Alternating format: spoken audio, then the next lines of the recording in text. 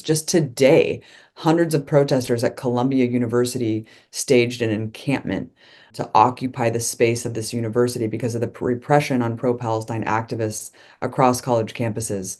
We're not going away. People are not stopping until there's freedom and dignity for Palestinians.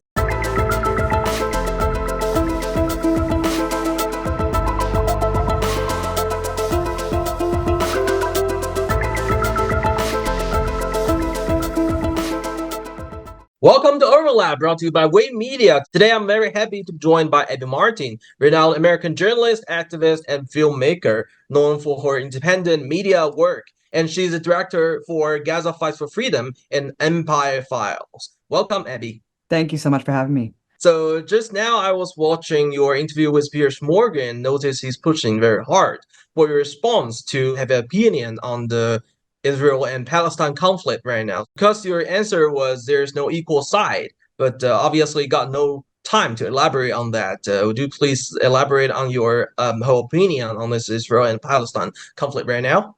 Absolutely. Yeah, it's a really good question because the entire Western media, as well as the entire Western world, essentially, is defining this conflict as a quote unquote war between Israel and Hamas, which could not be further from the truth. You cannot have a war against a people that you yourself are occupying militarily. And that's precisely what we see happening. So Israel is the occupying, colonizing force that is subjugating 5 million Palestinians under the boot of its authorities. You have 3 million people in the West Bank that are denied basic human rights, living under a fascist military dictatorship.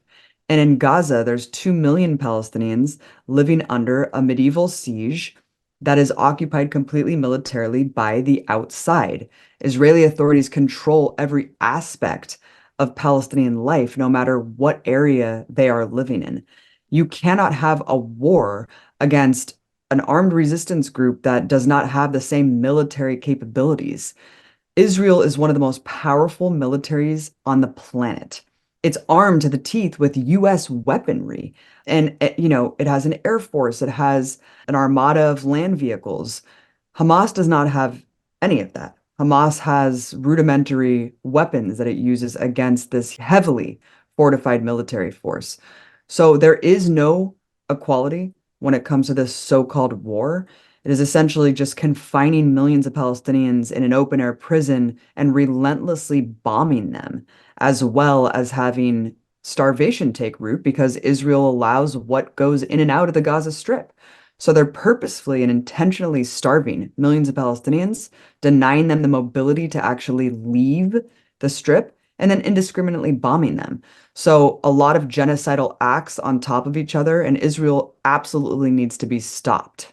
So in one sentence, how can you defend yourself on occupied land, right? Well, on that, according to UNGA Resolution 3070 of 1973, I quote, reaffirms the legitimacy of people's struggle for liberation from colonial and foreign domination and alien subjugation by all available means, including armed struggle, end of quote. So if that is legit and resolution, this armed struggle in the context is obviously distinguished from acts of terrorism, right? Because a lot of my Western friends, they support Israel. They believe securitization is the best way to legitimize what Israel is doing in Palestine because they believe the Hamas symbolizes terrorism and whatever method used on terrorism can be justified. Yeah, I mean, unfortunately, there's a lot of misconceptions about what is going on. I think a lot of people don't realize that for decades, Palestinians have tried to mobilize peaceful, nonviolent resistance. And I think that we can look at the period of 2017, 2018 of the Great March of Return, where thousands of Palestinians within Gaza went to peacefully protest with nothing except Palestinian flags that were raised at this fortified border fence, where Israeli soldiers have authorized themselves to shoot to kill if people stray too close to the fence. What happened over several months was that Israeli snipers were perched up on top of sand dunes and they just picked off Palestinians over and over again as if it was target practice. They shot dead with sniper rifles, children, medics, Journalists marked press very clearly, disabled people in wheelchairs. All of these people posed no threat to Israeli soldiers whatsoever, but they were simply massacred just the same, very methodically so. I mean, we're talking about picking people off one by one as if it's a turkey shoot. So, basically, what the West and what people who defend Israel in this case want is Palestinians to die peacefully and quietly. So, we can look at October 7th through historical lens and realize that inevitably violence will erupt in unfortunate ways if people are denied basic human rights. So, I do not condemn the armed resistance that's actually fighting against genocidal onslaught right now and keeping Palestinians alive. I can understand historically why things happen and why October 7th happened. And that's because Palestinians have tried every avenue possible to peacefully resist and to peacefully declare that they need human rights. And they've been ignored on the international stage for decades. And we see great endeavor trying to prevent the great public all over the world from knowing what's actually happening. We live in a world right now that whomever trying to describe objectively what's happening in Gaza, being labeled in all kinds of Nazi figures like Wehrmacht, like Gestapo, depending on how their description could critically damage Zionism or their implementation for further war crime. So if I quote ICJ Irish lawyer Benny Ni Hawley said, its people, means Gaza people, are witnessing daily threats to their very existence while the world watches on.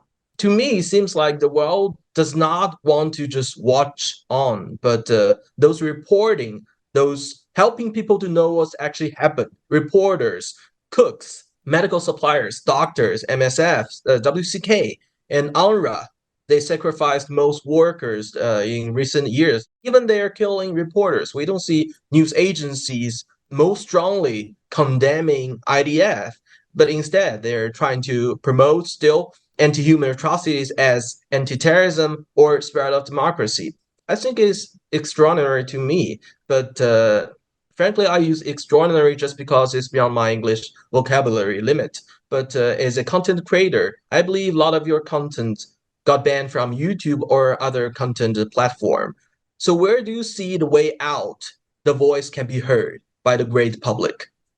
Yeah, I mean, Israel has relied for decades on weaponizing the notion of anti-Semitism and conflating criticism of Israel with the notion that you're anti-Semitic if you dare to criticize the only Jewish state. It's really unfortunate that this has been a strategy that has worked for so long because it's put a lot of pro-Palestinian advocates on the defense because naturally we care about anti-Semitism, we care about the plight of Jewish people, and we care about racism and bigotry. And so for decades, we've had to explain why anti-Semitism is not criticism of Israel. But I think that finally the world is seeing Israel's mask removed, which is a brutal occupying force that is an apartheid state. I mean, this is a crime against humanity. It is actively committing genocide against the Palestinian people. So I don't think that that label and accusation sticks any longer. But unfortunately, Israel's acting in such a brazen manner because they're shrouded with impunity from the United States empire. The United States is the most powerful military force in the world. Israel knows that the United States is in their corner, and so they've acted with extreme belligerence, killing over 100 journalists and media professionals, many in targeted assassinations, decimating the entire medical infrastructure in Gaza, killing doctors alongside their entire families, many in targeted assassinations, aid workers. I mean, the list goes on and on. It's pretty much the most dangerous place in the world to be this, that, and the other.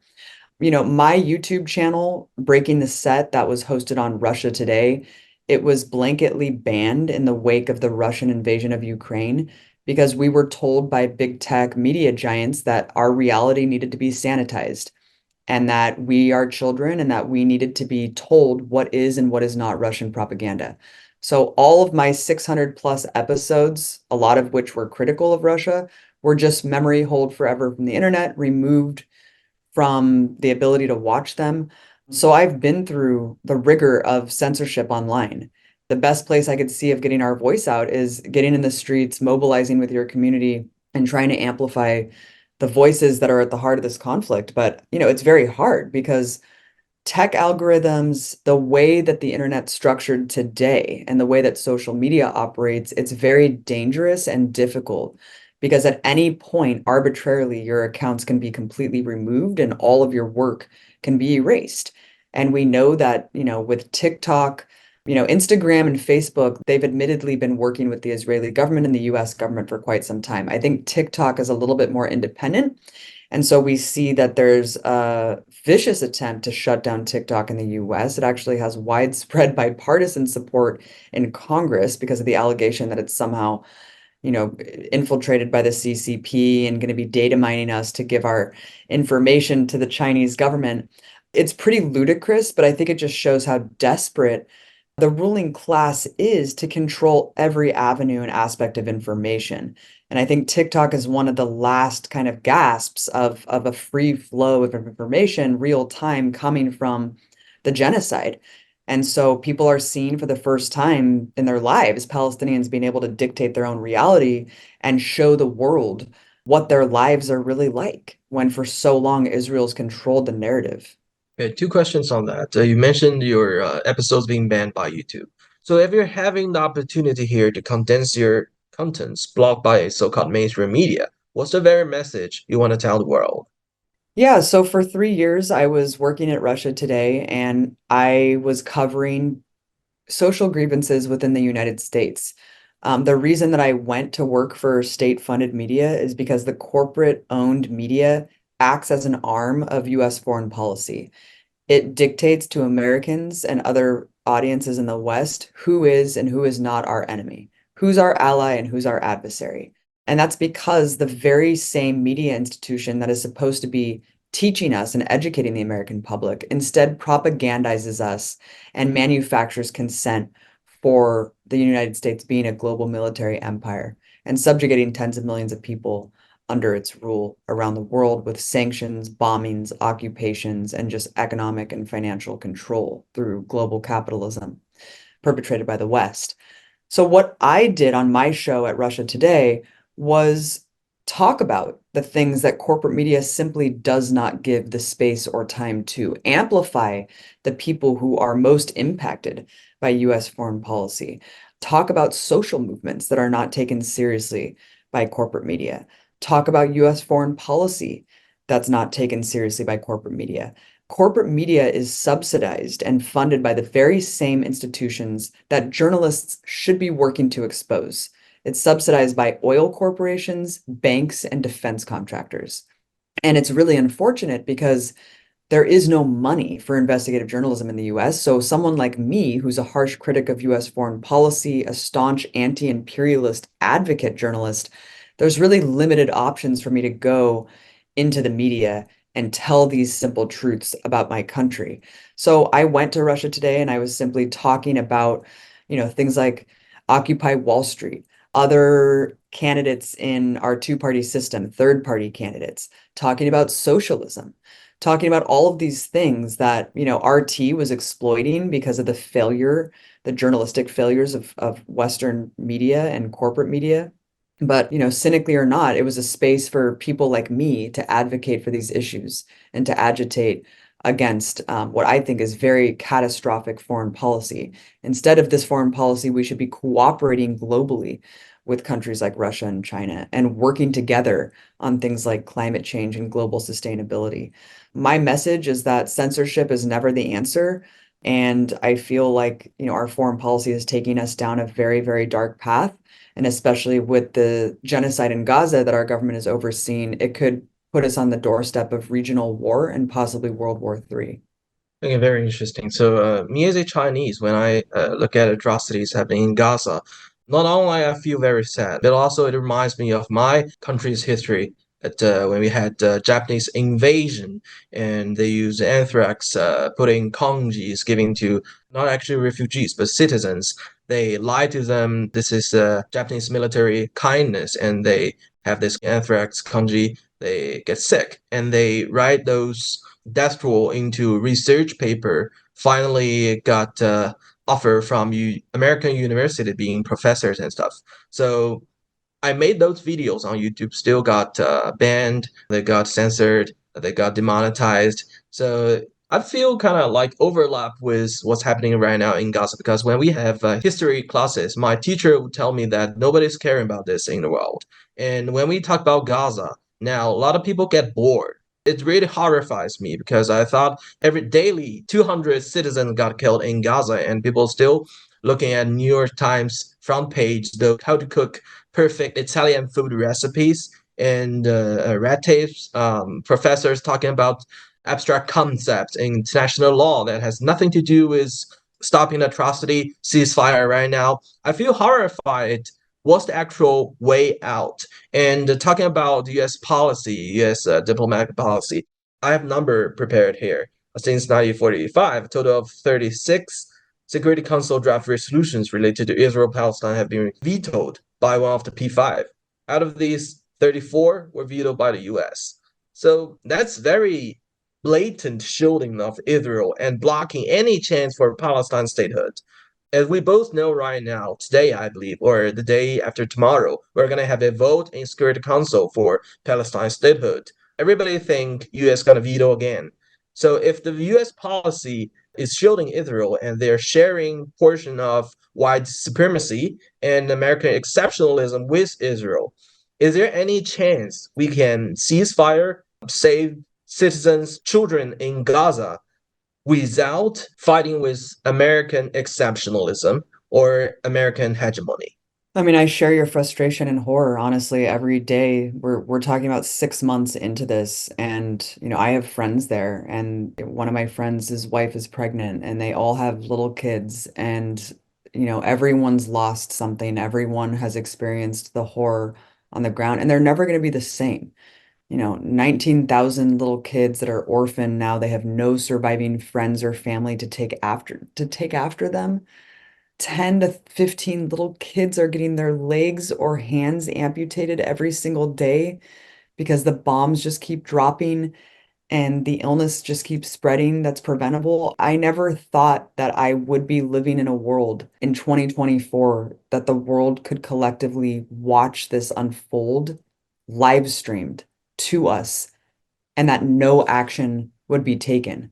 The US has an incredible stranglehold on the international diplomatic process. And yes, the US is, retaliatory methods and is basically blackmailing the world to be able to prevent any action from being taken. But still, I feel very disappointed in humanity that not more global leaders are stepping up to put an end to this once and for all, because everyone can relate on a human level. No one wants to see children dying. And this is not a war. This is a war on children, and this is a manufactured starvation and genocide happening in our names. And it's absolutely a disgrace. It's a disgrace and a stain on humanity. I mean, I think that even though the US has vetoed almost every single resolution because of its veto power at the UN Security Council for so long to shield Israel from accountability, I do think things are changing. I think that there's an international mobilization that's putting Palestine at the forefront. And it's a beautiful thing because it's solidarity. Because this isn't something that impacts Americans directly, but you still see millions of Americans taking direct action out in the streets day in and day out, 6 months in. Civil disobedience. Just today, hundreds of protesters at Columbia University staged an encampment to occupy the space of this university because of the repression on pro-Palestine activists across college campuses. We're not going away. People are not stopping until there's freedom and dignity for Palestinians. And it goes far beyond just a ceasefire. At this point, if you're calling for a ceasefire, that's literally the most basic thing that you can do. At this point, there has to be a demand of Palestinian liberation and freedom and democracy.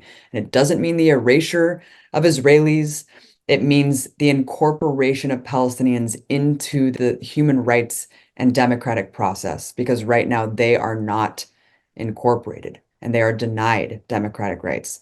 So I think that things are changing. The pressure is mounting on an incredible level to US politicians. US politicians can't even go outside without being harassed and followed and basically just told that backing genocide, and how could they live with themselves? So I think that they're getting sick of it. You hear long-standing staunch Zionists decrying Biden's policies. They're getting sick of it. People like Chuck Schumer. Biden himself made it very clear that he was not going to be pulled into Israel's attempt to go with an all-out war against Iran several days back. So even though Biden is an unapologetic Zionist who has been overseeing and facilitating this genocide for 6 months by just supplying Netanyahu with whatever he wants, I think that the latest round of negotiations and the ceasefire resolution that happened a couple weeks back, where the first US abstention happened, I think that really signified a shift, a tidal shift in policy, that the people are not going to go away until this ends. And there was some rift at the top. Even if Biden doesn't want to say it, people around him are obviously putting pressure on him that this needs to end. So, I'm not sure where it's going to go, but a ceasefire is needed immediately. But for long-term liberation, that's an absolute necessity to end the conflict once and for all. Because Trump and his followers are Israel fanatic, basically. They would support anything Israel do, comparing to Blinken, Biden, and Schumer, Pelosi, etc.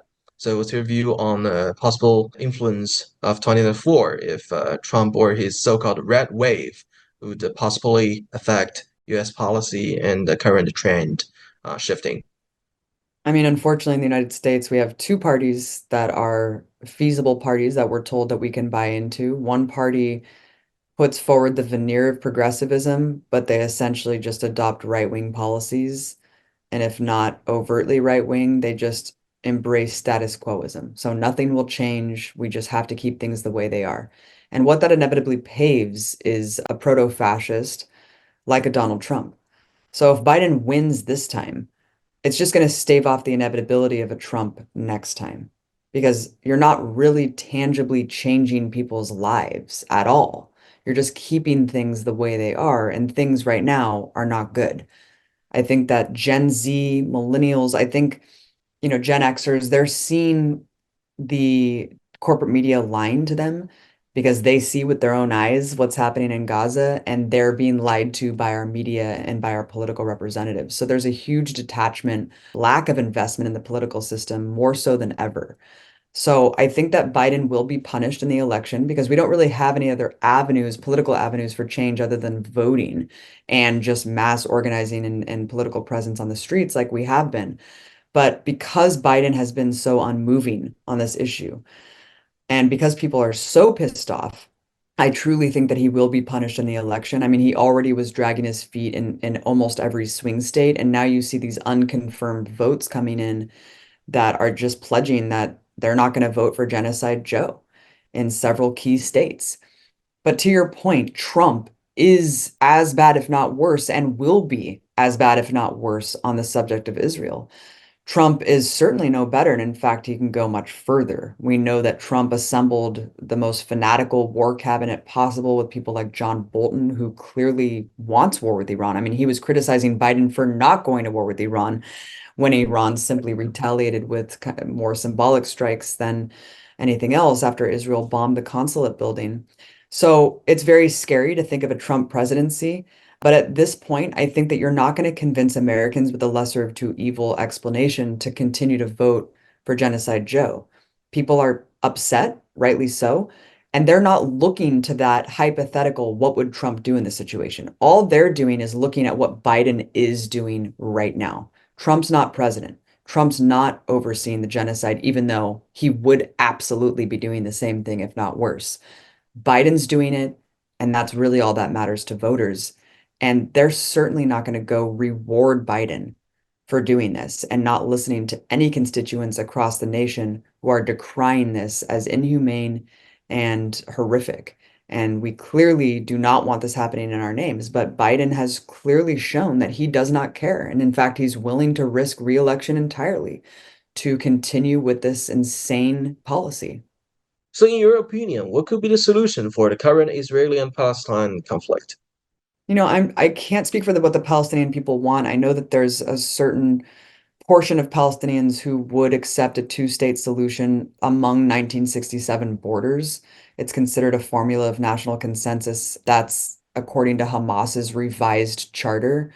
That is for the Palestinians to decide. As someone who has been through the West Bank and seen the atomization of the different areas there and the control of the Israeli military, as well as the influx of illegal settlers that have taken root in the West Bank, it seems particularly impossible to establish a Palestinian state among the West Bank lines unless you were to evict all the settlers that live there, which I'm pretty sure is not going to happen. Unfortunately, we're looking at the Gaza Strip, which has been completely obliterated, intentionally so, simply because there's been an intentional display of not allowing Palestinian civil society to thrive after this genocidal onslaught is over. So the complete destruction of any medical infrastructure, all universities, mosques, any places of worship, civilian homes. I mean, you can't rebuild the Gaza Strip, right? You just can't. It's over. It's done. And so the world has allowed Israel to commit a crime at the same magnitude, if not worse, than the initial Nakba, the initial ethnic cleansing that created the foundation of Israel. So, in terms of the second Palestinian state, I mean, first of all, it would be hard to incorporate Gaza because it's just randomly over here. But at this point, you would have to just open up the borders and not have this exclusive Jewish state and be able to incorporate all peoples that live there and open democracy for them all. So one state, one vote, equal rights for all, I feel like is the way for the future and the only way to end the violence once and for all. Well, it's very fruitful discussion with you, Abby. Thank you for your time, and justice prevail. Thank you so much for your time. Thanks for what you do.